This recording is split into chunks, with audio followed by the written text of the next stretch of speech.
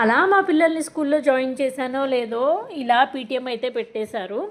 ఇంక ఇద్దరికి నేనే అటెండ్ అయ్యాను. మా హస్బెండ్ డ్యూటీలో ఉన్నారు అని. ఇక్కడ ఢిల్లీలో ఎండలైతే మామూలుగా లేవండి. ఒక పక్క పీటీఎం అయితే జరుగుతుంది. ఇంకో పక్క పిల్లలైతే ఆడుకుంటున్నారు. మా పిల్లలు ఎక్కడున్నారు అనే టెన్షన్‌లోనే ఉన్నారు పేరెంట్స్ అందరైతే. అలాగే ఇక్కడ అందరి పిల్లలియి ఐస్ అలా క్యాప్చర్ చేసి అయితే పెట్టారు. ఎవరన్నా మా చిన్న పాపని గుర్తుపడితే మా చిన్న పాప ఫోటో ఎక్కడుందో చెప్పేయండి. ఇంకా అలా పీటీఎం జరిగినాక మా పిల్లలు ఇక్కడైతే ఆడుకుంటున్నారు. ఇది వచ్చేసి మా పెద్ద పాప క్లాస్ రూము. మా పెద్ద పాప పీటీఎం కూడా అటెండ్ అయ్యాను. ఇంక ఇలా బాగా ఆడి ఆడి అలసిపోయిన తర్వాత బయటకైతే వచ్చాము.